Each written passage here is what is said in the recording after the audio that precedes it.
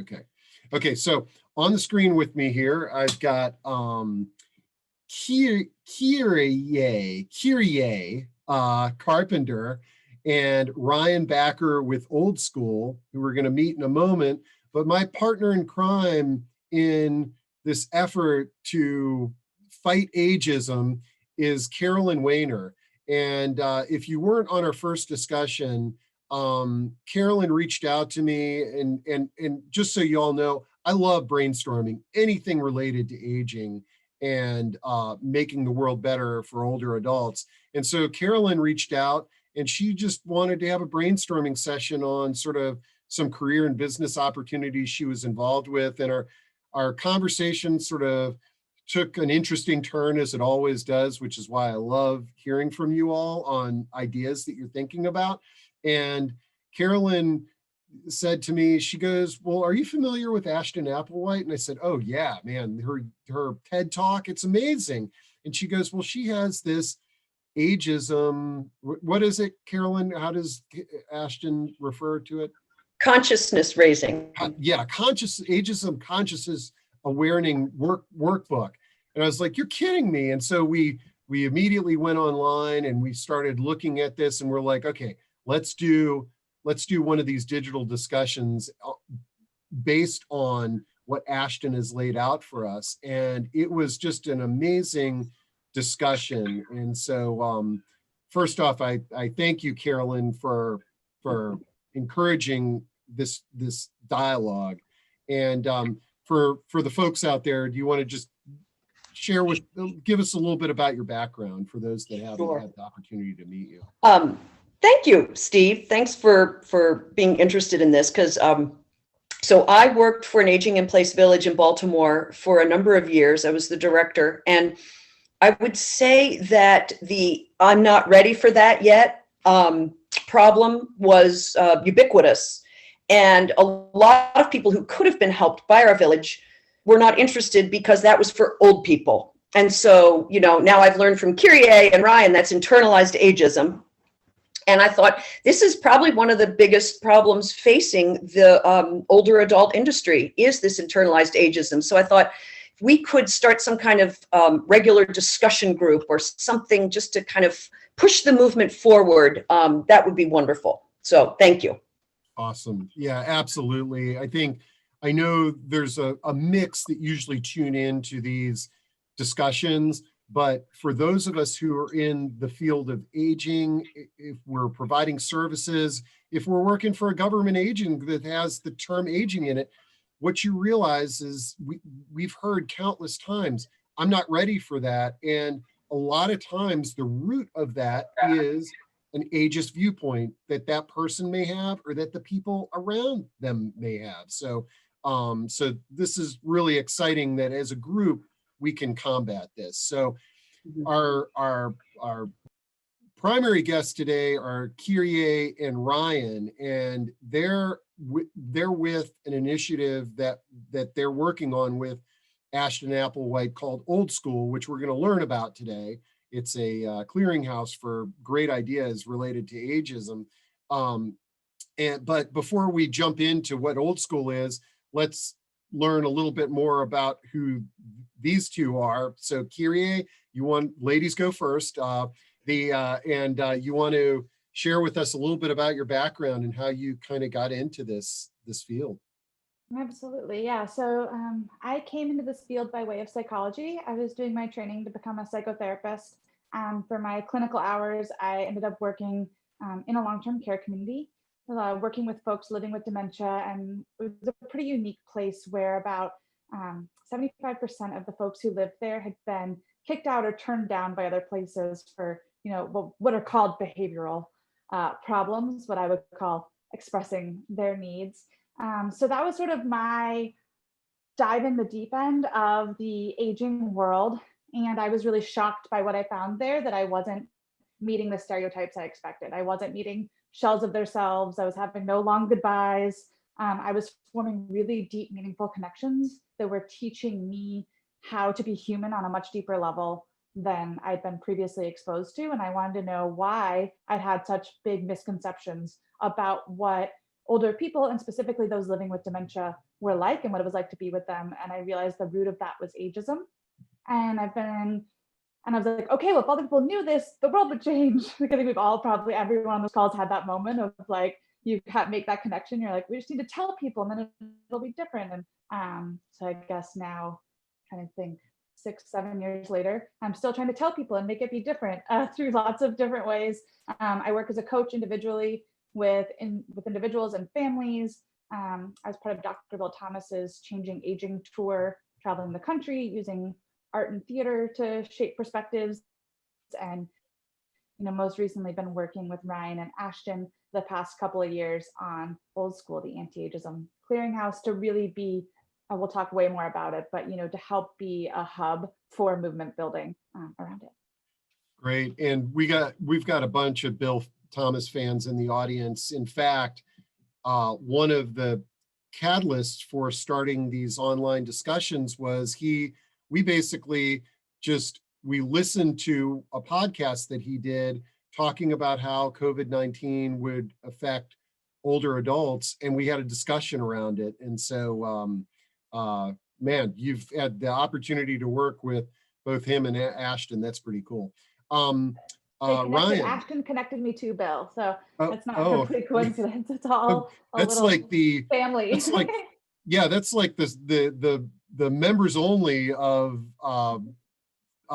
leadership and thought leaders in aging. That's the two of them. And so Ryan, tell us a little bit about yourself, and then we'll jump into what Old School is doing.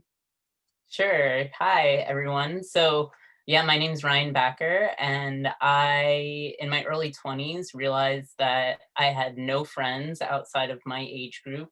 Everyone I spent time with was in their early 20s, and I realized there's a problem here. And so that kind of led me down a rabbit hole to getting a BS in gerontology. And right when I first started going to school, I found out about Ashton's work, and of course became a fan right away, because I didn't have the language at the time, but I was really interested in aging from a social justice perspective. So I saw sort of the reason why I wasn't spending more time with people outside of my age group was because there's segregation amongst the ages that we don't often talk about, and the culprit is usually ageism. So once I started working with Ashton, I started to call myself an age activist, and I really believe in undoing ageism within an intersectional framework. So I think that it's wrapped up in all of the other isms. And yes, since then, I'm also a co-founder of Old School with Kyrié and Ashton, and I also create and present workshops on ageism, as well as a workshop called Age Queer, which is all about the ways that queer people can uniquely dismantle ageism because of their unique life courses. And yeah, I think it's so important to eradicate ageism along with white supremacy, along with gender bias, along with ableism, body shaming, homophobia, classism, and all other forms of oppression. It's something that I'm very passionate about. I call it my life's work. And I'm just so excited to be having this discussion with you and your audience, because I just think it's so important to get together and talk about these things, because I think it's really, such a rich discussion to talk about these topics, across, all fields, but especially this field. Yeah, no, this is great. And I love the term age activist. And hopefully today we are going to have a bunch of age activists go out and recruit more age activists. And that's really, I think, all of us here, and probably all of us in the audience too, that's the goal, is let's spread awareness of, the different things that we're doing that's feeding these ageist and discriminatory discriminatory stereotypes and make the world a better place. It'll make it much better for our profession, that's for sure. So let's, I'm psyched to dive in and learn more about Old School. And the challenge that I gave to Kyrié and Ryan, because when the four of us got together thinking about what we're going to talk about, we had so many different ideas. And so it really speaks to the fact that this will not be the last ageism discussion that we have. But I sort of said, hey, a great way to showcase old school is, why don't you guys share some of what I would refer to as the greatest hits that are showcased there on Old School. And that might be a great way to get some dialogue going. Ryan, do you want to go first since I introed first? Sure. Are you going to share them on your screen or should I share them on mine? Either way, which would you prefer? You're better at sharing your screen. Go for it. Okay. I'll pull up Old Jeez. School's website too, so you can see how I search for them as Ryan calls them out. Okay. We'll test my. I'm going to drop into the background, but again, I'm going to, I want to remind everybody to use the Q&A or, you know, throughout the conversation, you can also just raise your hand and we'll bring you on if you've got something to share. Okay. All right. Take it away, guys. And maybe Ryan, just a little bit of context too, before you dive into your. So this is the front page of Old School. We have had a few different versions of it, but this is the latest. Obviously, COVID wasn't there at the beginning when we started in 2018. We've added some new categories, including campaigns, which is so exciting. When we first started, there weren't any campaigns, and now we have lots of them. So we have a little about section that explains what ageism is, what Old School is, links to our personal web pages, websites, different quotes. We have a Twitter account. We're not the best at social media, but we're getting better. And yeah, so all of our resources are all on the front page. And obviously it's broken down into the different categories that each resource is in. And if you ever want to go back up to the categories, you can just hit the home page on the top right hand side. And then maybe you could take us to books. Oh, yeah, so we have a search. Our search needs improvement. So the first book that I wanted, or the first resource that I wanted to bring attention to was Elderhood. And it's a book by Louise Aronson. And she is a geriatrician based out of San Francisco. And this book is just incredible. It really is inherently anti-ageist. Just the way that she talks about the need to reform the medical industries, especially the medical industry having to do with older people and aging. It talks about how, you know, doctors these days aren't really trained at all to work with older people. And if they are, it's a minimal amount. And as you can see, when Kyrié clicked on the picture of the resource card, it went straight to the outside website. So the word clearinghouse really means that we are just kind of a vessel to get the resources to people. So we're not so much interested in ourselves being anything of substance. We really want to uplift the amazing resources that we have on our site. And this is an example of one of them. That being said, we do feel that it's important to have some level of engagement around the resources. Sometimes this works better than other times, but we do have this star system. As you can see at the bottom, you can star resources if you like them. And then if you wanted to, you can go to the resource page. You can see we have contact information for all of most of the resource creators, not all of them. We have a way to share the resources on social media, and we also have a place to comment on the resources if you ever feel like you need to say something about them, or even be critical of them. We welcome that too. Yeah, so that's my first resource. And my second resource is Maggie Kuhn. I think it's a video. I think it's one of the, yeah. I'm not sure the exact name. Let me pull up my notes. Worth Quoting is the name of the show. I think it's from 1991.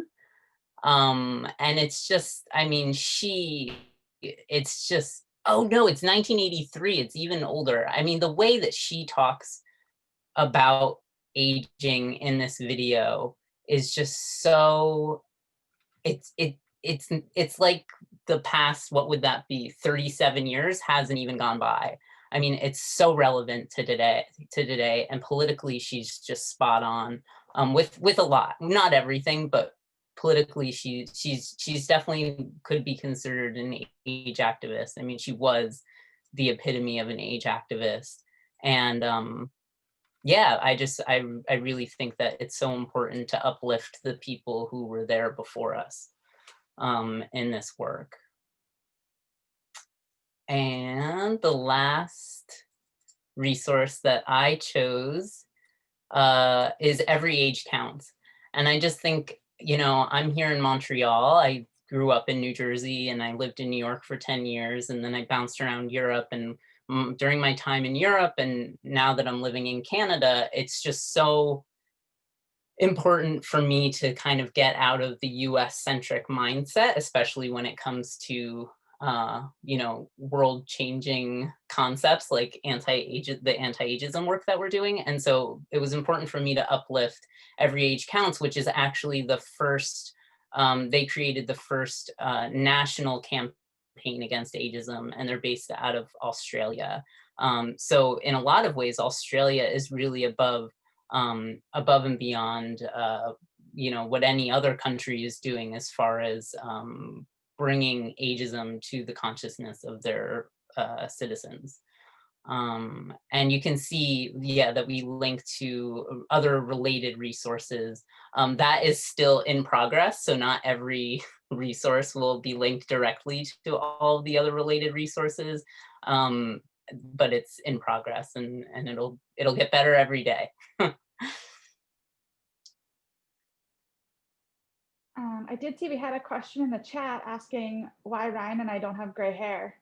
And I will say that I know at least I have a few coming in. It is not because we choose not to, it is because nature's yet to give them to us. But I do think it brings up a really important point that ageism is going to require people of all ages to defeat it. It's going to require people of all ages interacting, connecting, working together, and challenging stereotypes. You know, ageism really does cut both ways. I think everyone, if you take a moment to reflect, there was some time in your childhood when you felt like it was unfair that you weren't allowed to do something because of your age. And in some cases that might have been a safety issue. It's a much bigger discussion. But they're definitely, you know, assumptions are made based on our age throughout our entire lifespan, which makes, we'll get more into this later, ageism the most intersectional of all of the isms. And so the reason Ryan and I don't have gray hair yet is because we have not gotten there on the life spectrum. Good answer, Kyrié. Anything you want to add to that one? No, that was fantastic. That's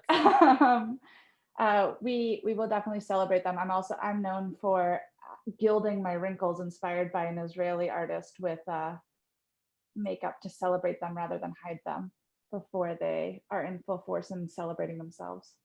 So more on that to come. But wanted to address that comment.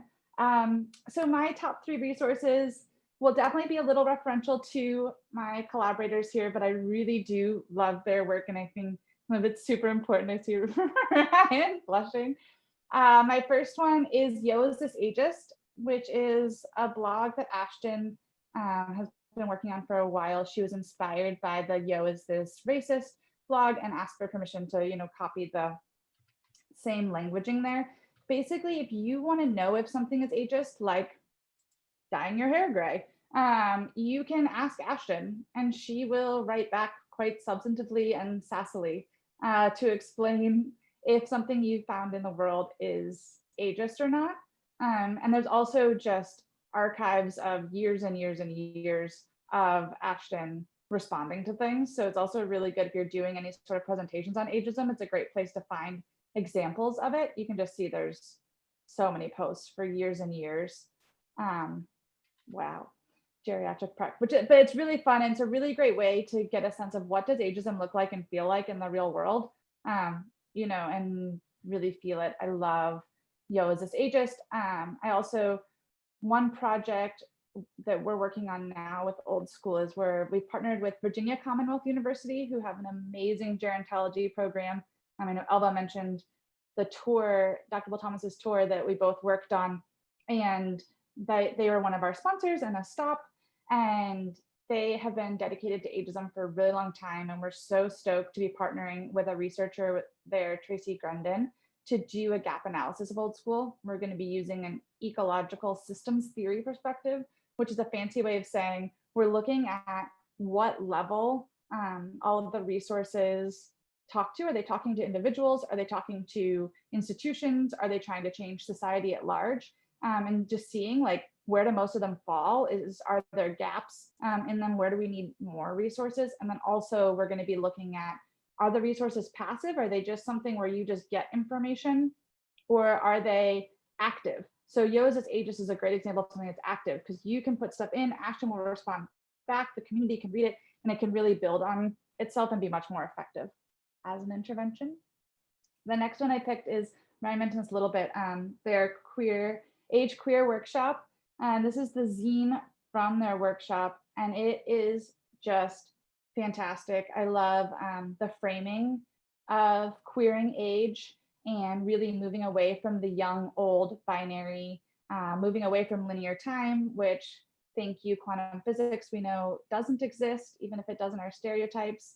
But if you want to explore what the heck age queer means, if that's a word that makes you, you know, a little uncomfortable, it's definitely a word that was used derogatorily that has been wonderfully reclaimed by the queer community, and is just my favorite word for describing anything that doesn't conform to a binary. It just is this, it's the most liberated word that I can think of. And so I love Ryan's application of it to age. It's super duper inspiring to me.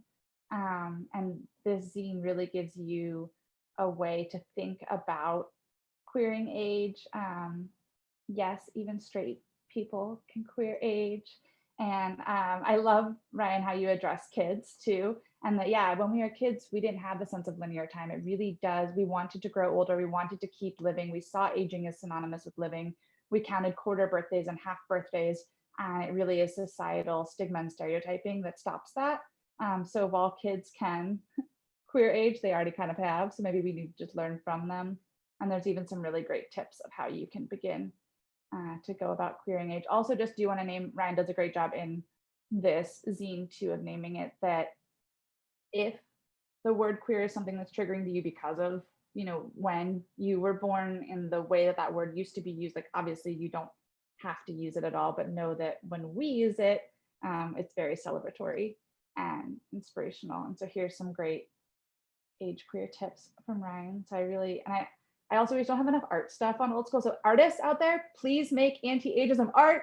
We will celebrate it and highlight it. Ryan and I are both super into arts of poetry and music, and there just isn't that much out there. So I also love the feeling that this was clearly made on a typewriter, and even though we're interacting with it digitally, you can tell that the hands were involved in the creation of it.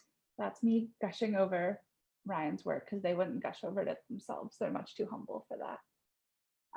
And finally, the work of Becca Levy.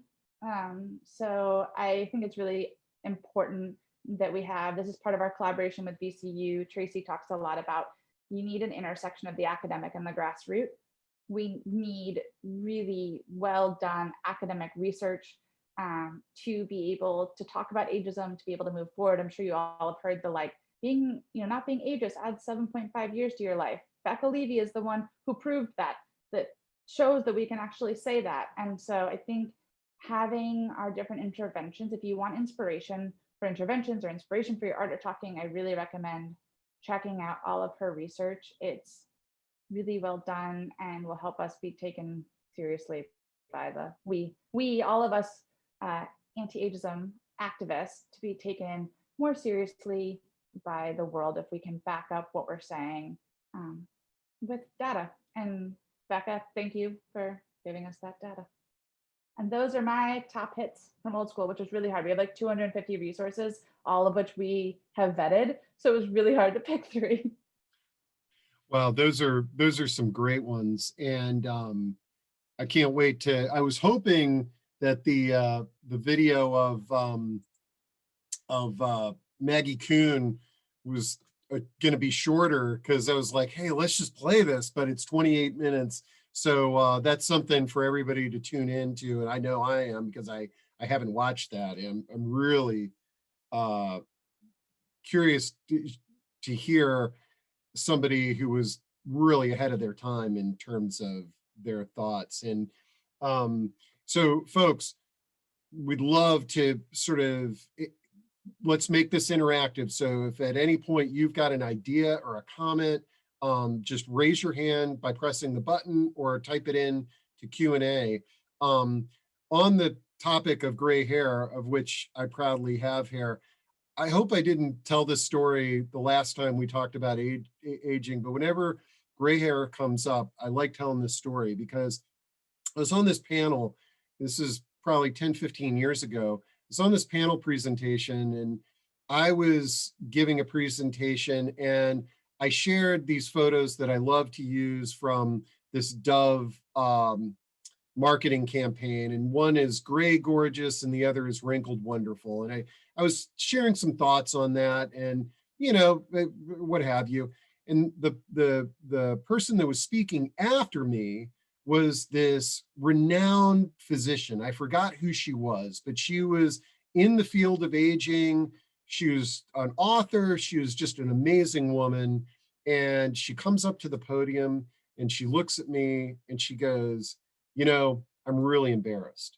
And everybody's like, what's going on? And she goes, I've got a small daughter, and my daughter watches me color my hair all different colors, anything but gray.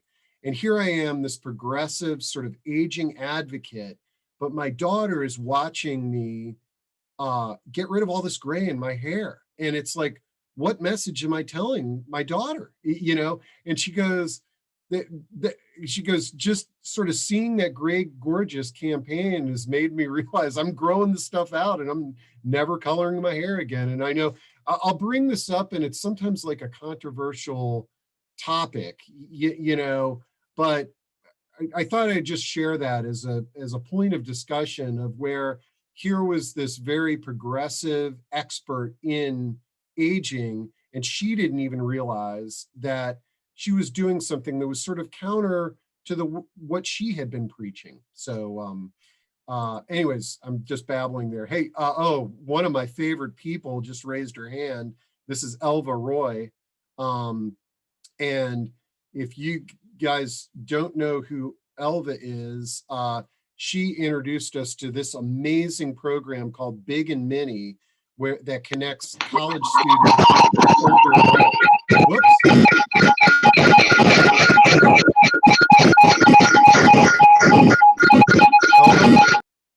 Oh, shoot.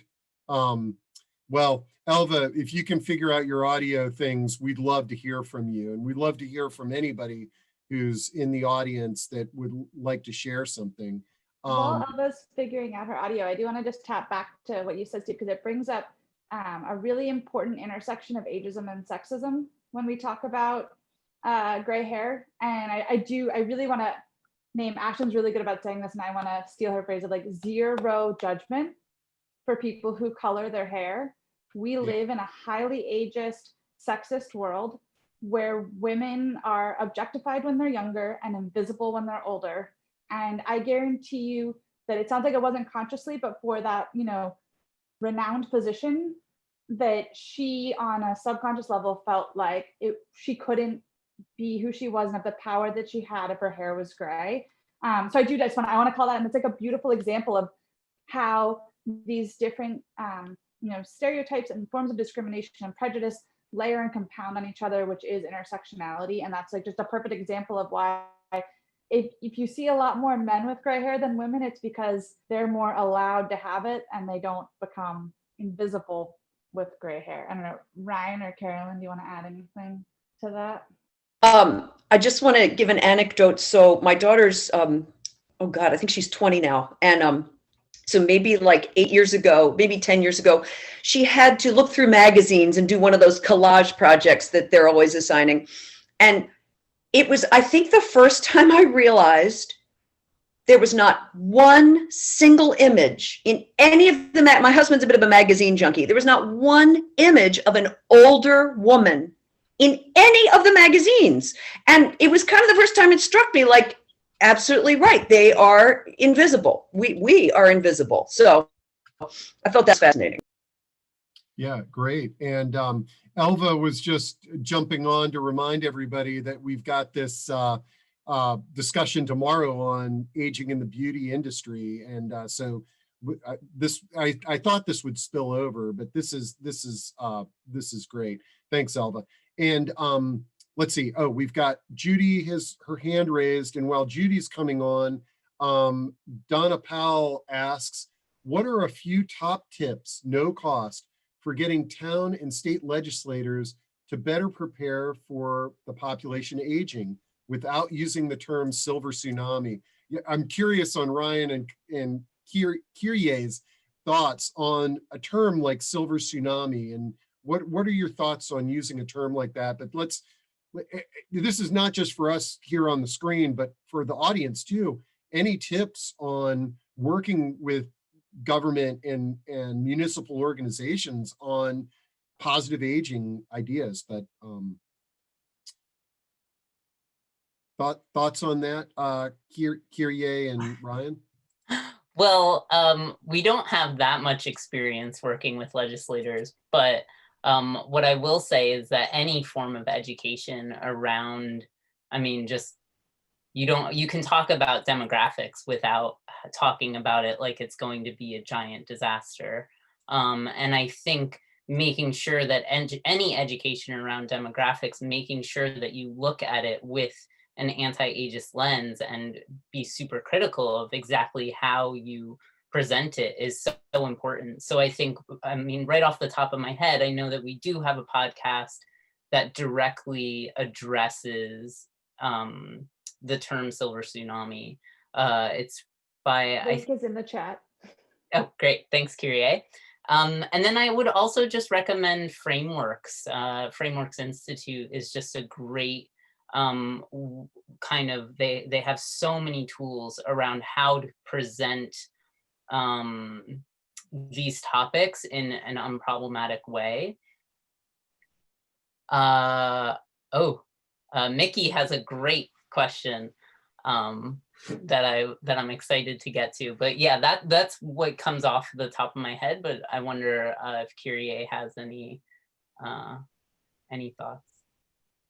Yeah, I mean, I think I also really like, I think Jeanette Liardi might have been the first person to take the term silver tsunami. I don't know who, I'm not gonna, she was the first person I heard flip it on its head and like, why are we calling the boomers aging a natural disaster as opposed to a natural resource? And she called it a silver reservoir. So I think it's just really problematic when we like make any group, well, honestly, anytime that we make a group of people and define them as a homogenous group, it's problematic, and referring to it as a natural disaster is definitely problematic. It's definitely not a strengths-based approach to look at things, for Great. Sure.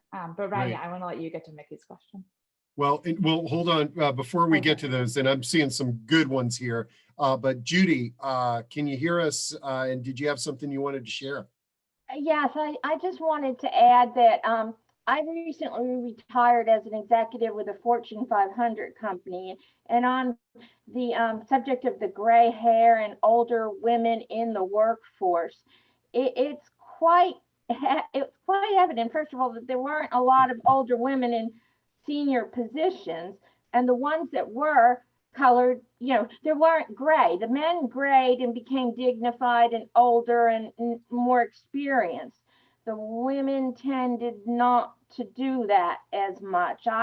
I've colored my hair. I never actually thought about whether I should or shouldn't. When I first saw that gray, I colored it, and that was it. But it's the perception of ageism can certainly then impact economics and people's earnings potential.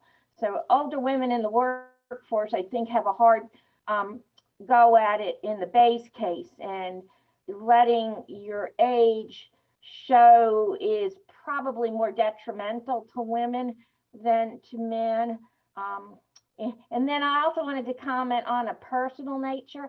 I remember when my mom was late 70s, 80s, she would always complain that the medical professionals and people didn't talk to her anymore. I would take her to the appointments and they would talk to me.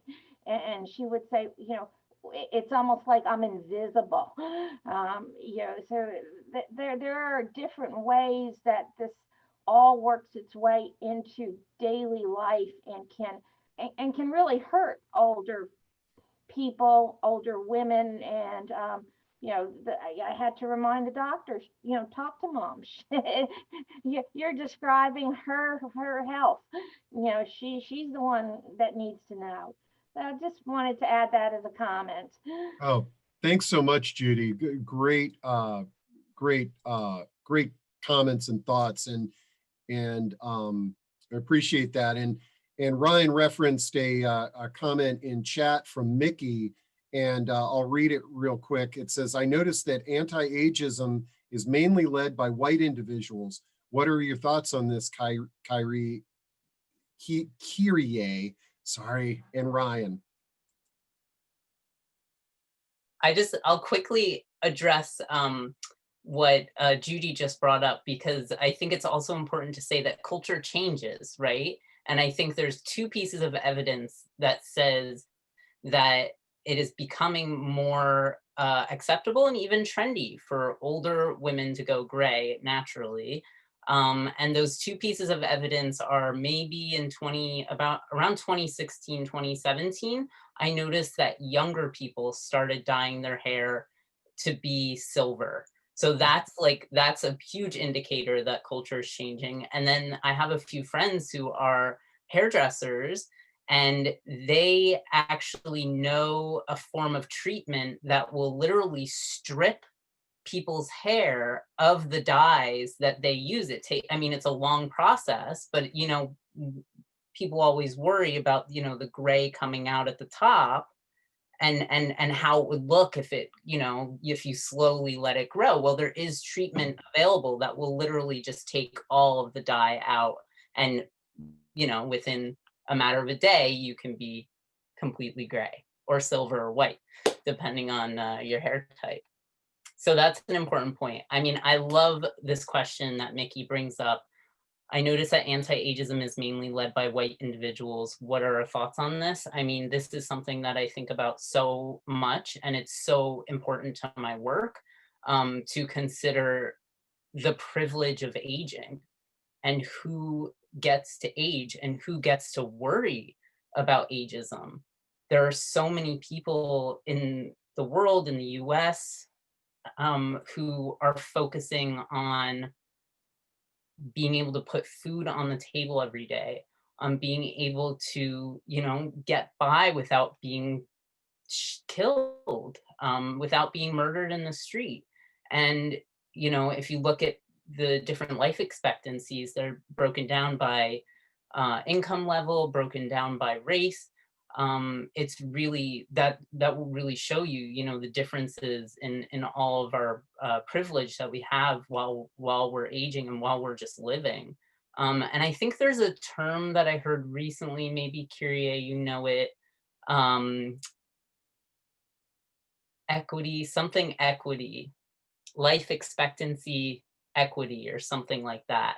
Longevity equity. Longevity equity, exactly. So I think that's like a really important thing to think about when we're having these discussions, because while I think that, so that's one important point to make. I think the other important point that I want to make is also, I believe, and this is just a personal belief, but I believe from the work that I've done, I have come to the conclusion, and I'm still unpacking this, but I do believe that ageism is a result of colonization, is a result of capitalism, is a result of white supremacy, is a result of heteronormativity. I think all of these things are directly linked. And I think that in a lot of ways, white people, this isn't, like I said, I'm still working on this concept, but in a lot of ways, I believe that ageism is an issue that white people and Eurocentric thinking, and I'm sure academics could say this a lot better than I could, but I think that ageism comes from that. And so it's up to us to really combat it. And I think from what I know of just, and this is anecdotal experience of having friends of color and hearing about their experiences, people of color tend not to be as ageist as white people because they are raised in cultures that there is way more intergenerational interaction than like the nuclear family that at least I was raised in. And yeah, I could obviously go on and on and on about this, so I'll stop there and see what Kyrié has to say. I mean, I think one, I mean, ditto to everything Ryan said. I think one really simple explanation too is the fact that the voices that get heard more too are going to be the white voices, the straight voices, the male voices, you know, anyone who's in power. The more power you have, the easier it is for your voice to be heard. And so I think like on a really basic level, a big product of it is that I think, you know, I was probably heard and noticed more because of the color of my skin and because I was able to get an education and because of the country that I live in, you know, that I grew up in America and different, you know, all of these different things that confer privilege upon me is part of why I'm sitting here today with my video on the screen and somebody else isn't. And I think that's something we have to own. I think it's a super important conversation. Mickey, thank you for bringing it up. It's something we have a lot of back channel conversations on. I mean, part of our hope with Old School is even just the fact that it is a platform for lifting other voices. It's a reason why we saw too. I do want to name that one of our Old School speakers, Marianne Alda, is on the call, and she mentioned in the comment that as a woman of color, she knows that there are very few folks like her in the conversation. So I just want to, I think rather than hearing from two white people about this, Marianne, absolutely zero pressure. If you feel called to share, please, I would love to hear your perspective on this. And also, as I said, zero pressure. It is not your job to educate us white people on the problem. It is our job to go do the research. Just want to name that, but want to also open the floor. Well, did you say Marianne Alda? Because yes, she's got her hand raised. Well, so perfect. This is great. Okay, so here, let's bring Marianne on, and then I'll get Jeff. I see your hands raised too. I'll get to you after we hear from Marianne. Marianne, can you hear us? I can hear you. Can you hear me? Oh, yep. Great. Yay. Kyrié, Ryan, how are you? Yeah, as a Black woman, I have a lot to say about ageism. And as a matter of fact, that is the subject of my TED Talk, because I equate ageism with racism and sexism. And it's interesting, the reason why I came to give that talk is that I think it was last year, year before last, there were a lot of books being written by middle-aged white women who were turning 50 and were complaining about being invisible. Well, as a Black woman, I have always been invisible. So welcome to my world. but the thing about it is that I think when it comes to getting older, having the challenge of being invisible all my life is an asset as an older person. And as I say in my TED Talk, if you don't want to be invisible, then find a way to shine. You know, it's just kind of like the homecoming queen in high school. You know, the pretty girl always is pretty and she doesn't have to, there's a certain entitlement that comes along with that. Well, there's a certain entitlement that comes along with being white. And when women especially get older, women lose that entitlement. So they have to rely, now it's not right and it's not fair, but if you wait for the world to catch up to what's right and fair, you're going to miss out on a lot. So yeah, it sucks, but it has pretty much always sucked for me. So you have to, and as I, say, in my TED Talk, you have to develop other skills, other things that that we rely on. Youth is sort of like the default.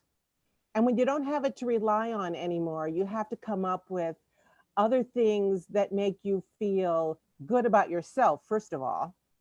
And Elizabeth Kubler-Ross says that getting older is learning how to manage loss.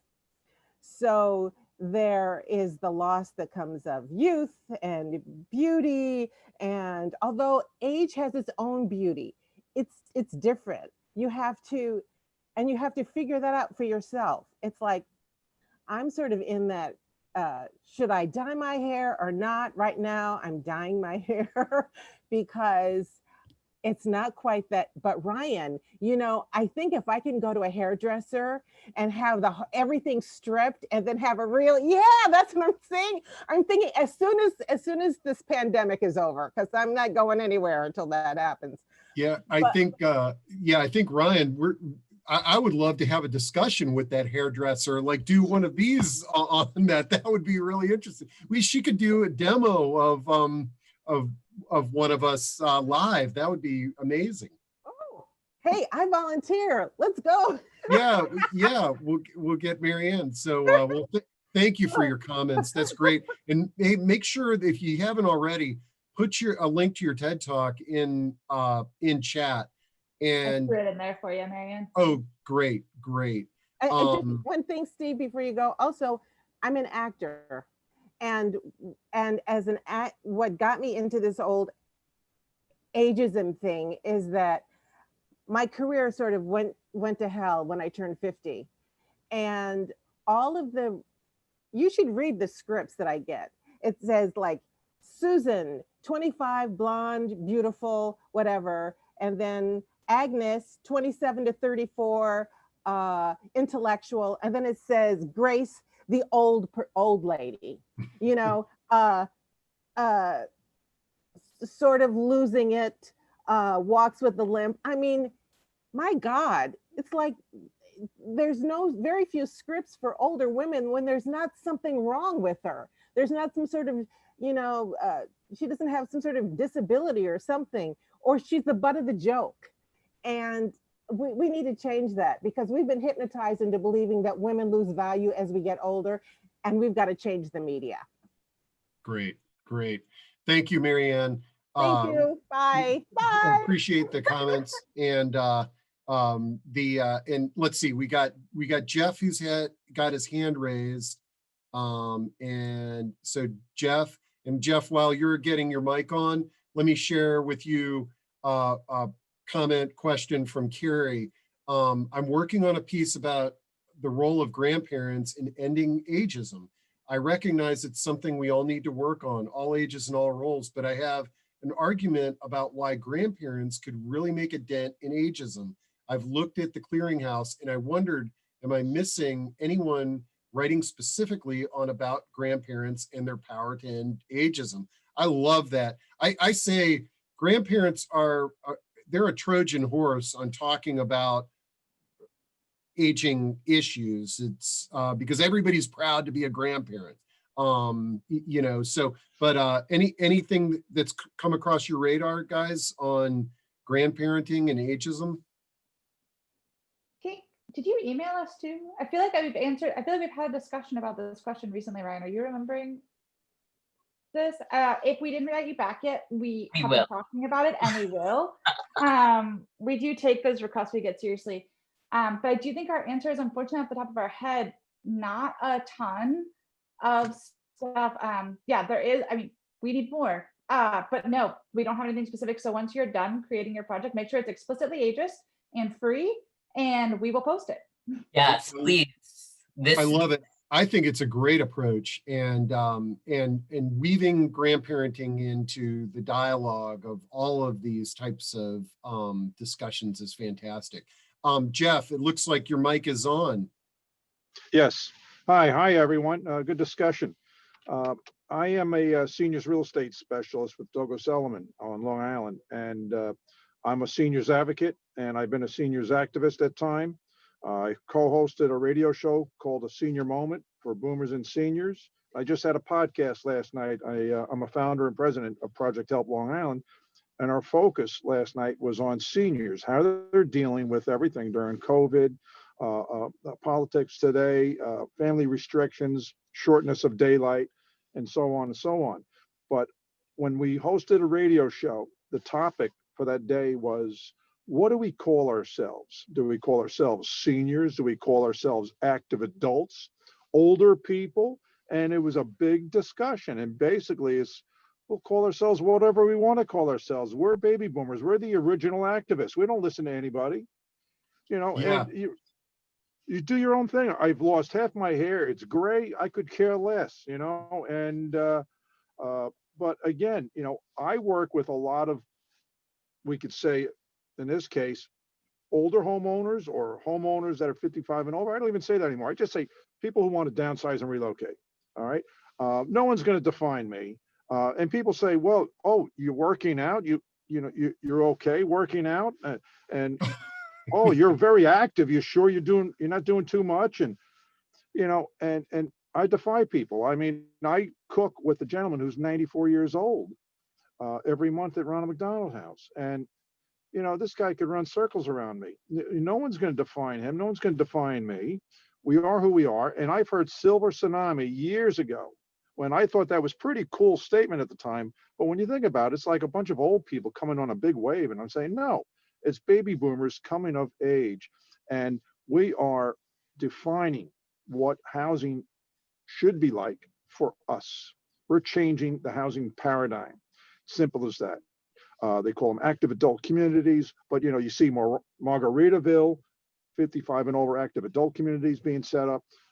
I've had discussions with developers, what people who are looking to move into your communities, what they're looking for to help them to age in place or live in place. I like to say age in place is like you're growing old and you're dying. No, you're living in place. And what makes it easier? Things are importance to us may not be of importance to someone else. All right. Yeah. But don't define us. We defy everything and everybody. That's just us. And we're not going to go and leave peacefully. We're going to protest until our dying days. We're the original resistors, and that's it. So that's all I've got to say, guys. Oh, I love it. Jeff really addressed a lot of sort of ageist attitudes out there, and I think, Kyrié, you may have referenced this is that when you were talking, is that anytime you try to put a label on a group, it can be dangerous. And that's what you sort of see with I've been in this business for 30 years and everybody's like, what do we call ourselves? And there's a bunch of different things, but I'm curious at your thoughts on this. I would say anytime you use the word they, stop and check yourself. And I think it's a really good just internal check of like anytime, like I do it when I'm writing blogs, if I find myself tempted to use the word they, I'm othering. And if I'm othering, I'm discriminating, you know, and there's a power structure there that needs to be unpacked. And so I think that's like the biggest thing I would say. And also just check, why do we need the label and what do we actually mean? I mean, one of my favorite ways to call out ageism when I hear it is to be really curious. I'm really curious and kind. You know, if someone says like, oh, I'm too old for that. Oh, what do you mean old? You know, and usually what they mean is, oh, I have an injury maybe, and I couldn't do that, you know, or like, oh, I'm smarter now, and I know that that would be like a dumb thing to do, or I don't think I'm allowed because of the culture. You know, it makes a more substantive conversation. But so I would just sort of say like, yeah, like getting curious and just noticing like anytime, do we really even need the label? Why does it have to be a 55 plus active community? Why can't it be an all-inclusive community, period? Or like there's some other word that 55 plus, it isn't actually saying anything. So figure out what it's saying and say that instead. I think. Yeah. I would just say, I mean, as a younger person, I also don't think it's my place to tell older people what they should call themselves. I think it's totally up to them. And then I just wanted to address Elva's question that we didn't get to about being politically correct. And I think, you know, she brought up like self-deprecating jokes when it comes to ageism. And, you know, I don't think we should frame this work as being politically correct. I just think we should frame it as being respectful. And in the case of self-deprecating jokes, it's a matter of having self-respect.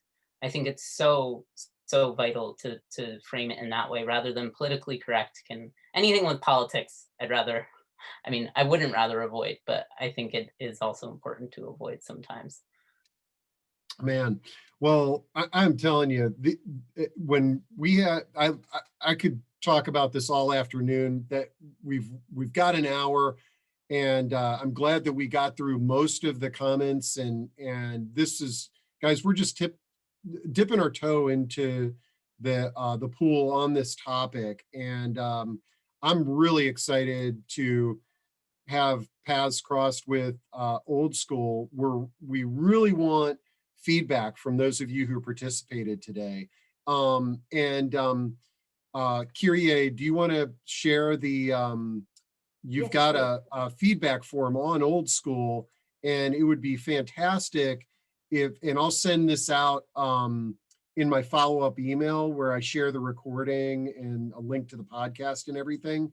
But fill this out and give us feedback, and we really want to keep this dialogue going. And then Caroline, do you want to say a few words about your efforts to sort of bring together a local consciousness raising group? Sure. Yeah, I would love it if anybody who's interested would be interested in, you know, getting together.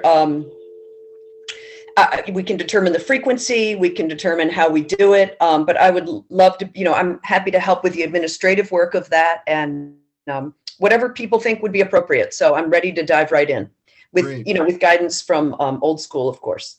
Yeah. So what I'll do is, as promised, you know, always I'll send out a follow-up to everybody with the recording, with a copy of chat. I'm going to upload this one to a podcast format so you can share it easily with your friends, and then just give us feedback. I'll give contact info for all four of us so that you can reach out and keep the dialogue going. But so many good ideas today. And you know, I didn't expect it to intersect as much as it did, but if you've got noon to 1 free tomorrow, I'm putting the link in to our discussion tomorrow. Let's keep the ball rolling, guys. This is really exciting. And I thank you. I'm so thrilled to have connected with the Old School team, and really looking forward to what we can do in the future. Okay, well, with that,